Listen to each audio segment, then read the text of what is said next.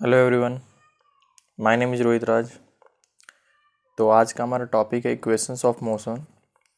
पिछले लेक्चर में हम लोगों ने ग्राफिकल रिप्रेजेंटेशन ऑफ मोशंस के बारे में पढ़ा था। उसका लिंक नीचे डिस्क्रिप्शन बॉक्स में दिया हुआ है।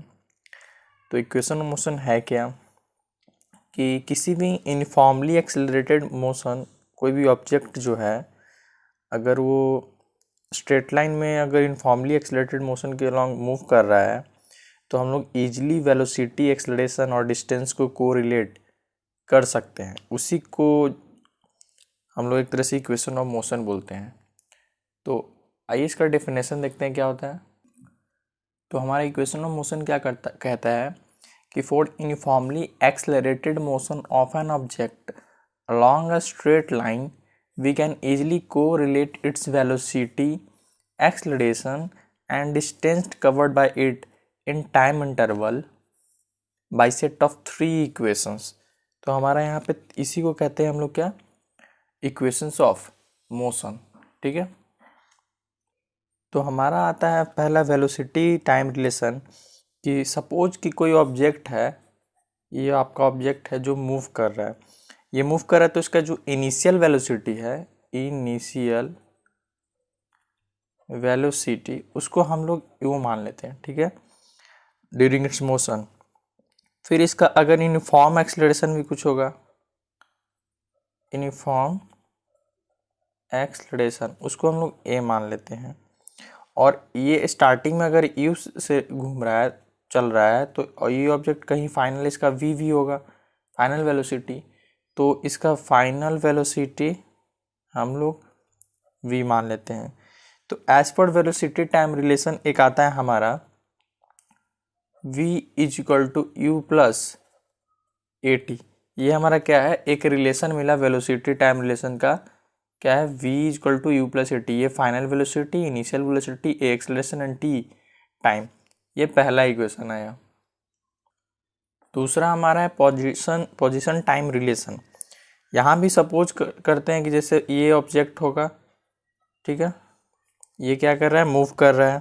इसका भी इनिशियल वेलोसिटी यहाँ मान लेते हैं u होगा, ठीक है, और एक्सेलरेशन कितना होगा, a मान लेते हैं। और एक डिस्टेंस कुछ ट्रैवल किया होगा, मान लीजिए यहाँ से जाने में यहाँ उसको s मीटर डिस्टेंस लगा होगा। जैसे तो अगर इनिशियल वेलोसिटी देखा जाए, इनिशियल वेलोसिटी को क्या मान लिए, u। एक्सेलरेशन क्या है आपका, a। एंड जो टोटल डिस्टेंस जो आपका कवर कर रहा है उसको क्या मान लिए हम लोग, एस मान लिए। तो यहाँ से एक रिलेशन निकलता है पोजीशन टाइम रिलेशन का, s equal to u t plus half, और कुछ टाइम भी लग रहा होगा उसको टी मान लिए, हाफ ए टी स्क्वायर। तो ये हमारा दूसरा रिलेशन हुआ।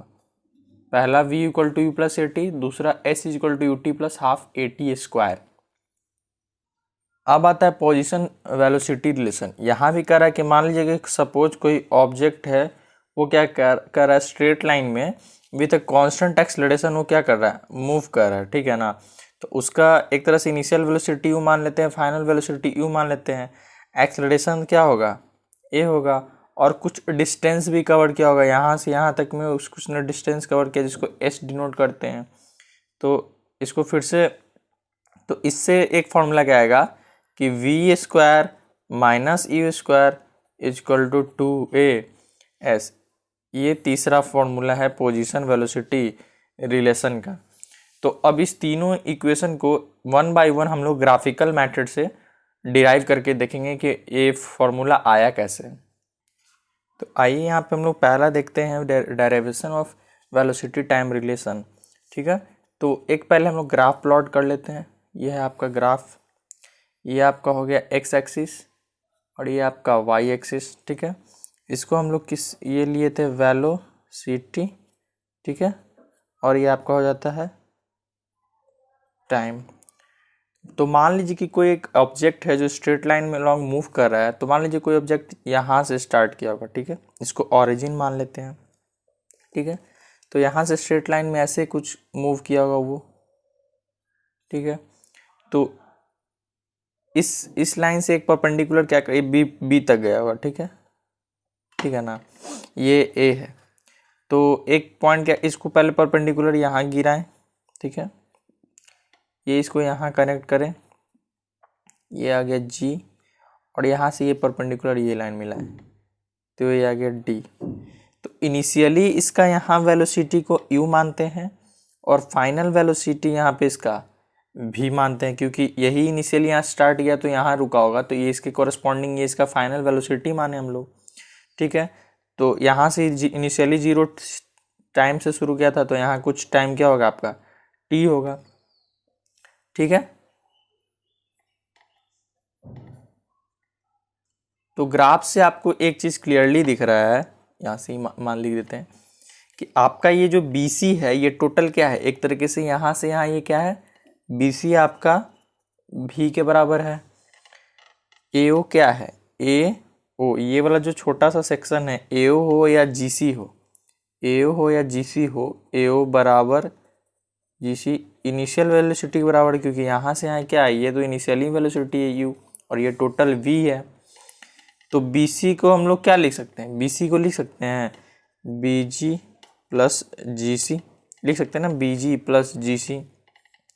तो BC को भी माने थे, BG को एज इट इज छोड़ देते हैं, और GC को क्या माने, AO के बराबर थे, AO U था, तो GC भी क्या होगा, U पुट कर दिए।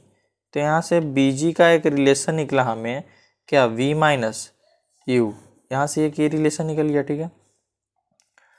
अब हम लोग क्या जानते हैं कि यूनिफॉर्म एक्सेलरेशन ग्राफ्स के द्वारा, यूनिफॉर्म एक्सेलरेशन क्या होता है हमारा, किसी भी ऑब्जेक्ट का एक्सेलरेशन ये होता है ना, change in velocity upon time. तो चेंज इन हमारा वेलोसिटी क्या होगा, देखिए यही होगा, BG GC U है और ये टोटल भी है, तो टोटल में से इतना घटाएंगे वही नहीं इतना चेंज आएगा, हमारा BG ही चेंज आएगा ना, ये क्या आएगा, यही सेक्शन तो हमारा चेंज आएगा, ये आएगा V माइनस U, क्योंकि टोटल भी में से ये घटा देंगे तो ये B माइनस U आएगा। तो BG और टाइम टेकन कितना होगा, OC बोलें या AG बोलें, तो आप हम इसको AG यहाँ लिख देते हैं, ठीक है,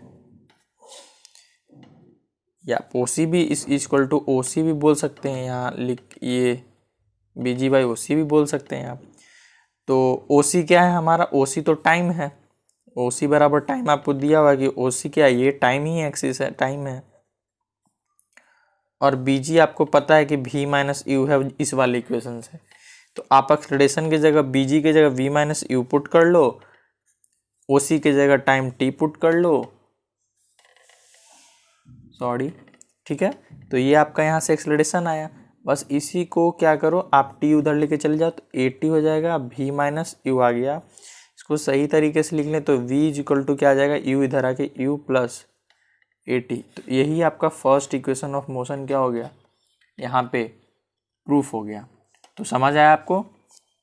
आइए नेक्स्ट डेराइवेशन करते हैं। तो आइए next derivation of position time relation. तो ग्राफ एज यूजुअल सेम रहेगा, ठीक है। अब यहाँ से हम लोग क्या करेंगे कि हम लोग निकालेंगे कि पोजीशन और टाइम के रिलेशंस, और हम लोग ये भी जानते हैं कि जो एरिया अंडर VT ग्राफ होता है वो हमें क्या बताता है, डिस्टेंस डिस्प्लेसमेंट, हम लोग पिछले लेक्चर में पढ़े थे, आप उसको देख सकते हैं। तो यहाँ से अगर हम लोग डिस्टेंस ट्रैवल निकालें कि हमारा डिस्टेंस ट्रैवल कितना हुआ, क्या डिस्टेंस ट्रैवल्ड, ठीक है, क्योंकि यही आपका एक तरीके से ये सारा जो एरिया है वही हमें डिस्टेंस बतलाएगा टोटल, ठीक है। तो क्या होगा, अगर हमको ये पूरे का एरिया निकालना है तो देखिए दो भाग में पहले बांट लेते हैं, एक ट्राइंगल और एक रेक्टेंगल, एक ट्राइंगल एंड एक रेक्टेंगल। तो यहाँ से हम लोग क्या देख सकते हैं कि अगर यहाँ पे क्या लिखे हैं, ये दो डिस्टेंस ट्रैवल दो आएगा, एक या एरिया ऑफ ट्राइंगल किसके ABG और plus area of rectangle A O C मान लेते हैं, ओ ए जी सी, ठीक है, ओ ए जी सी।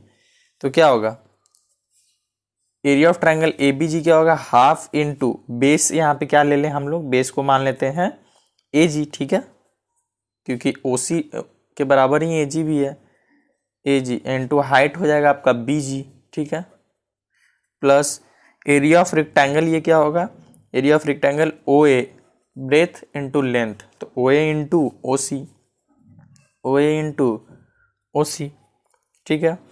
और हम लोग यहाँ पे जानते हैं कि देखिए ओ ए आपका क्या है, ओ ए यू के बराबर है जी आपको पता है जी क्या है, टाइम के बराबर है कि नहीं। और आपको ओ सी भी पता है, ओ सी किसके बराबर है, ये भी टाइम के बराबर है, ठीक है, यानी जी और ओ सी बराबर है। और आपका जी जो है पिछले में भी बताए चुके थे, जी क्या है आपका v माइनस यू के बराबर है, जी क्या है, v माइनस वी यू के बराबर बोलिए या टी के बराबर बोलिए, क्योंकि पिछला हम लोग प्रूफ कर चुके हैं कि v minus u equal to t होता है, तो आप v माइनस यू भी बोल सकते हैं, इसको टी भी बोल सकते हैं। तो आइए डायरेक्ट डिस्टेंस ट्रेवल को जो एस माने थे वहाँ पे पुट करते हैं, हाफ जी को क्या माने थे आप, टी, तो टी लिख देते हैं। और यहाँ पे सॉरी यहाँ पे फिर से देखते हैं, एस इक्वल टू क्या है, आप यहाँ क्या थे, O A into O C plus half A G into B G था, ऊपर जो हम लोग निकाले थे ये ए सी बराबर था, ये डिस्टेंस के बराबर था। तो आइए इसको पुट करते हैं, ओ ए हमारा क्या है, यू है, ओ सी हमारा क्या है, टी है, प्लस हाफ ए जी हमारा क्या है, टी है, और बी जी हमारा क्या है, बी जी 80 है, 80 के बराबर है, तो 80 पुट कर दिए। तो इस बराबर है यहाँ हमारा क्या प्रूफ हो गया कि you t plus half a t square, T into T square. तो ये हमारा दूसरा इक्वेशन भी यहाँ से प्रूफ हो गया। ये किसके लिए है, position time relation, position time relation for uniformly accelerated motion के लिए, ठीक है। तो आइए अगला डेरिवेशन करते हैं। तो आइए नेक्स्ट डेरिवेशन हमारा क्या, derivation of position velocity relation. Same graph उसके लिए भी, यहाँ पे मतलब वेलोसिटी टाइम ग्राफ किसके लिए, यूनिफॉर्मली एक्सलरेटेड मोशन जो अलॉन्ग स्ट्रेट लाइन मूव कर रहा है। तो यहाँ भी एक तरह से हमको एरिया निकालना है, इट मीन्स डिस्टेंस ट्रैवल निकालना है। तो आइए डिस्टेंस ट्रैवल क्या होगा, यही एरिया के बराबर होगा। तो डिस्टेंस जो हमारा ट्रैवल्ड होगा, इट मीन जो एस होगा वो किसके बराबर होगा, एरिया ऑफ, देखो इस पूरे एरिया के बराबर ही होगा एक तरीके से, ओ ए बी जी सी, ये ठीक है। तो ओ ए बी जी सी आपको एक तरह से ट्रेपीजियम की तरह दिख रहा है, देखिए दो नॉन पैरेलल साइड, दो पैरेलल साइड है, ठीक है। तो ओ ए बी जी सी क्या है आपका, एक ट्रेपीजियम है, लिख देते हैं यहाँ पे ट्रेपीजियम है। तो अब इसको कैसे फाइंड आउट करेंगे, हमें एरिया निकालना है। तो आपको पता होता है कि एरिया ऑफ ट्रेपीजियम क्या होता है formula, half into sum of parallel side. तो पैरेलल साइड क्या है, ये है और ये है, यानी sum of O A plus B C, ठीक है, इंटू डिस्टेंस बिटवीन देम। तो डिस्टेंस इन दोनों पैरेलल लाइन के बीच में क्या है, यही है, इट मीन्स ओ सी है, ओ सी लिख लिया हम लोग। यही एरिया हमारा डिस्टेंस भी बतलाएगा। तो चलिए डिस्टेंस को यहाँ मान के एस लिख देते हैं, और हाफ, देखिए ओ ए यहाँ पे क्या था, यू था, यू पुट कर लिए, प्लस बी सी हमारा क्या है यहाँ पे, वी है, वी भी पुट कर लिए, और ओ सी हमारा क्या है, ये टाइम है, तो टी पुट कर लिए, ठीक है। ये इक्वेशन आ गया हमारा, समझ में आया यहाँ तक।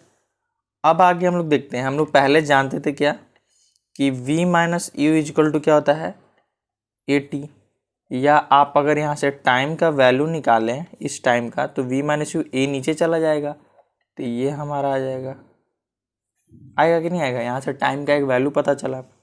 तो क्या करेंगे, यही टी का वैल्यू इस वाले इक्वेशन में टी में पुट कर देंगे। तो s is equal to half into u plus v, t क्या हो जाएगा v minus u upon a. तो आपको यहाँ से दिख रहा होगा हाफ इंटू, ये आपको दिख रहा है a plus b, a minus b के फॉर्मूला पे है, a plus b a minus b के फॉर्मूला पे, जिसका फॉर्मूला क्या होता है a square minus b square. It means यहाँ से a plus b a minus b, तो आप इसको लिख सकते हैं v square minus u square upon a s. तो ये क्या हो जाएगा, ये 2a को उधर लेके चले जाए तो 2as हो जाएगा, v square minus u square हो गया। इसको आप अच्छे तरीके से लिख सकते हैं, v square equal to u उधर स्क्वायर लेके चला जाता है यू स्क्वायर प्लस 2as। तो आपका यहाँ से तीसरा इक्वेशन भी क्या हो गया, फॉर यूनिफॉर्मली एक्सेलरेटेड मोशन के लिए प्रूफ हो गया। तो समझ आया आपको। तो आइए हमारा यहाँ नया टॉपिक है uniform circular motion, last topic है इस चैप्टर का। इसका मतलब क्या है कि the motion of an object along a circular path around a fixed point is known as circular motion. मतलब किसी भी फिक्स्ड पॉइंट के अलोंग वो अगर मूव कर रहा है तो उसे सर्कुलर मोशन कहते हैं। कि जैसे आपका बाइसिकल है जो अपने एक एक्सिस के अलोंग क्या करता है, मूव करता है। इलेक्ट्रिक फैन देखे होंगे, अपने एक पॉइंट पे क्या होता है, मूव करते रहता है। या फिर जो आपका मून है अर्थ के चारों ओर मूव कर रहा है।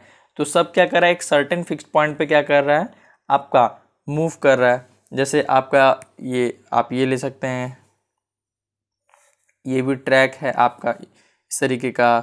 फिर आपका हेक्सागोनल ट्रैक है ये, ठीक है, ये आपका क्या है, हेक्सागोनल ट्रैक है। फिर आपका ऑक्टागोनल भी ट्रैक आ जाएगा, क्या आ जाएगा, ऑक्टागोनल ट्रैक। तो ये सब क्या करे, एक तरीके से इस अलोंग ऐसे रोटेट मूव कर रहा होगा, ठीक है, मूव कर रहा होगा। ये भी ऐसे 2 3 5 6 7 और ये 8 मूव, ऐसे ही मूव करते एक क्या होता है, सर्कल का फॉर्मेशन हो रहा है। देख रहे हैं आपका कॉर्नर जैसे जैसे ज़्यादा इंक्रीज होते जाएगा, एक पॉइंट पे आएगा क्या कि ये सर्किल के जैसा बिहेव करने लगेगा। तो इसमें भी ऐसे ही कुछ मूव करेगा, ठीक है।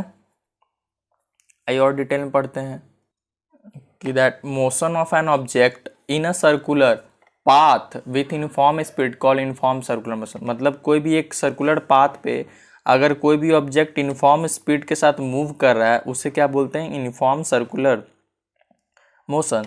तो यूनिफॉर्म सर्कुलर के मोशन में क्या होता है, आपका जो भी स्पीड होता है किसी भी ऑब्जेक्ट का वो हमेशा कांस्टेंट रहता है, बट वेलोसिटी क्या होता है, कंटिन्यूसली चेंज होता है। कंटिन्यूसली चेंज क्यों होता है, क्योंकि इसका डायरेक्शन भी चेंज हो रहा है। क्योंकि वेलोसिटी आपको पता है कौन सा क्वांटिटी है, वेक्टर क्वांटिटी।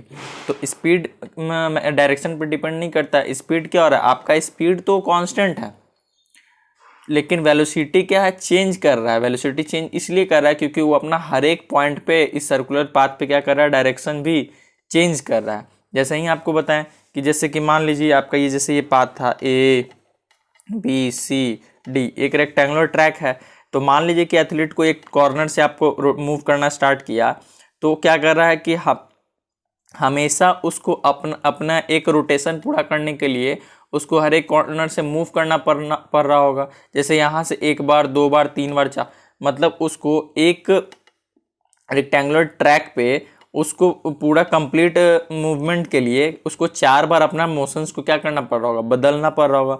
उसी तरह हेक्सागोनल में 6 बार, उसी तरह ऑक्टागोनल में भी तो 6 बार 8 बार इसको, तो रिस्पेक्टिवली अपने एक ट्रैक को चेंज करने में उसको वेलोसिटी बार बार चेंज हो रहा होगा। तो एक टाइम ऐसा आएगा कि जितने number of side of close track, मतलब यहाँ पे 4, यहाँ पे 6, यहाँ पे 8, मतलब जितना आपका नंबर ऑफ कॉर्नर इंक्रीज कर रहा है उतना ही टाइम एथलीट को लार्ज राउंड लेना पड़ रहा है। तो यही क्या होगा, एक इंडेफिनिट पाथ बन जाएगा जो अप्रोच करेगा as a shape of circle, कि पहले 4 था फिर 6 हुआ फिर 8 हुआ, ऐसे करते करते क्या होगा, एक टाइम ऐसा आएगा जो ये सर्कुलर पाथ बन जाएगा। तो इस केस में क्या होगा आपका कि जब सर्कुलर ट्रैक पे अगर क्या होगा, इसका यूनिफॉर्म स्पीड होगा, क्या होगा, यूनिफॉर्म स्पीड होगा, ठीक है। But has to continuously change, इसका डायरेक्शन तो चेंज होगा, तो यहाँ पे वेलोसिटी क्या करेगा, वेलोसिटी चेंज होगा, वेलोसिटी चेंज होगा, लेकिन स्पीड हमेशा, वेलोसिटी चेंज होगा बट स्पीड आपका क्या होगा, कांस्टेंट होगा, क्योंकि यहाँ पर डायरेक्शन आपका थ्रू आउट चेंज हो रहा है। तो इसको क्या बोलेंगे, uniform circular motion in an accelerated motion. ठीक है, तो समझ आया कि हर एक टाइम उसका वेलोसिटी में चेंजेज आ रहा है मूविंग ऑब्जेक्ट्स का, इसीलिए, और स्पीड में क्या आ रहा है, कोई चेंज नहीं आ रहा है। इन अदर वर्ड्स उसको क्या बोल सकते हैं, uniform circular motion is an accelerated motion. तो यहाँ पे देखो वेलोसिटी जैसे स्पीड का मैग्नीट्यूड है, और उसी तरह वेलोसिटी का मैग्नीट्यूड तो कांस्टेंट है, बट डायरेक्शन कंटिन्यूसली चेंज हो रहा है, इसलिए वेलोसिटी भी क्या हो रहा है, चेंज हो रहा है। तो यहाँ पे एक्सेलरेशन जो भी यूनिफॉर्म सर्कुलर मोशन में जो डायरेक्शन के कारण चेंज हो रहा है, वहाँ पे एक सेंट्रीपिटल एक्सेलरेशन होता है जो along the radius toward the centre, मतलब सेंट्रीपिटल फोर्स या एक्सेलरेशन का मतलब होता है जो अंदर की तरफ लगे, क्या लगे, अंदर की तरफ। क्योंकि आप साइकिल जब चलाते हो, मान लो अगर जैसे गोलंबर है आपका, आप साइकिल जैसे मूव कर रहे हो, तो क्या हो रहा है कि आप अब तेजी से घुमा रहे हो, तो देखते हो कि आप ऐसे चला रहे हो कि आप गिरते नहीं हो, धीरे धीरे अगर चला रहे हो तो दो तरीके का फोर्स लगता है, एक आपको फोर्स बाहर की तरफ लगता है, एक अंदर की तरफ। अंदर की तरफ जो लगता है वो सेंट्रीपिटल फोर्स होता है, और बाहर की तरफ जो लगता है उसको सेंट्रीफ्यूगल फोर्स बोलते हैं। बाहर की तरफ जो लगता है उसको सेंट्रीफ्यूगल फोर्स बोल रहे हैं, और अंदर की तरफ जो लग रहा है, ये अंदर की तरफ जो फोर्स लग रहा है उसको सेंट्रीपिटल फोर्स बोलते हैं। ठीक है, समझ गए यहाँ से यूनिफॉर्म सर्कुलर मोशन क्या है। तो एक नया टर्म है रिवोल्यूशन पीरियड। ये क्या होता है, the time taken by an object, the time taken by an object undergoing uniform circular motion to complete one revolution along the circular path. मतलब ये क्या है कि एक रेवोल्यूशन, ये जैसे सर्कुलर पाथ है, उसको जितना टाइम लग रहा है, एक मतलब यहाँ से शुरू किया मूव घूम के, उसको यहीं आने में जो भी टाइम लग रहा है एक रेवोल्यूशन कंप्लीट करने में, उसको सर्कुलर पाथ बोलते हैं। तो रेवोल्यूशन पीरियड का फॉर्मूला क्या होगा, रेवोल्यूशन पीरियड को एक तरह से टाइम अगर टी मान ले, तो speed is equal to distance upon time होता है, speed is equal to distance upon time. तो टाइम क्या होगा, डिस्टेंस बाय स्पीड होगा, ये चीज़ तो आप लोग जानते हैं। तो टाइम डिस्टेंस बाय स्पीड, तो ये सर्कुलर पाथ है, तो सर्कुलर के लिए क्या होता है, इसका सरकमफेरेंस ही इसका डिस्टेंस हो जाता है, टोटल डिस्टेंस। तो क्या हो जाएगा, 2πr सरकमफेरेंस होता है, और वेलोसिटी v। तो आपका यहाँ से एक फॉर्मूला है 2πr/v। तो जब भी सर्कुलर पाथ में अगर आपका कोई क्वेश्चन है तो आप ये फॉर्मूला का यूज कर सकते हैं। Okay, thank you.